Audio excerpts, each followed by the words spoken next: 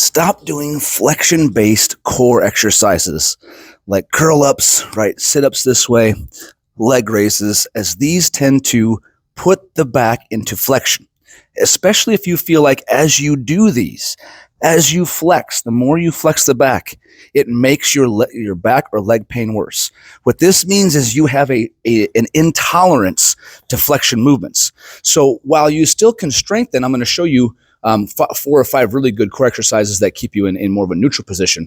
First, realize that core strength or lack of core strength, right, weakness, is rarely the cause of that low back and leg pain, okay? So first of all, don't think about it as being, oh, I need to strengthen something. A disc injury, when a disc is occupying space it's not supposed to be in, that disc is not a contractile tissue like a muscle or a tendon.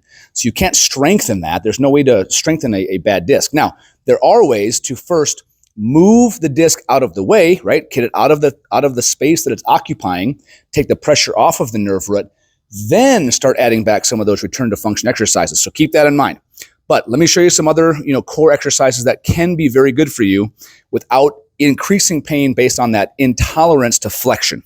So instead of doing movements that involve like curling up or flexing the spine, let's work on a little bit of dead bug movement where you keep the spine nice and flat, okay? So this involves kind of taking one leg down at a time.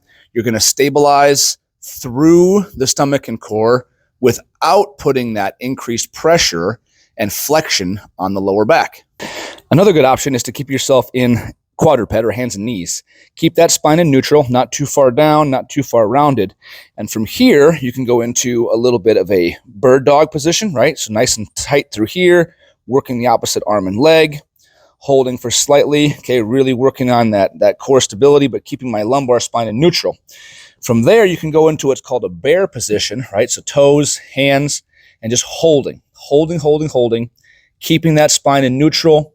This is a very good core exercise without risking that flexion intolerance.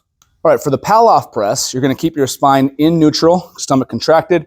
As you pull this band out, walk out, slight squat, and then pressure out and come back. Now the band wants to rotate you back that way, and you're going to keep yourself nice and square and steady. It's more of an anti-rotation movement, right? So don't let it rotate you. Pressure out, pressure on.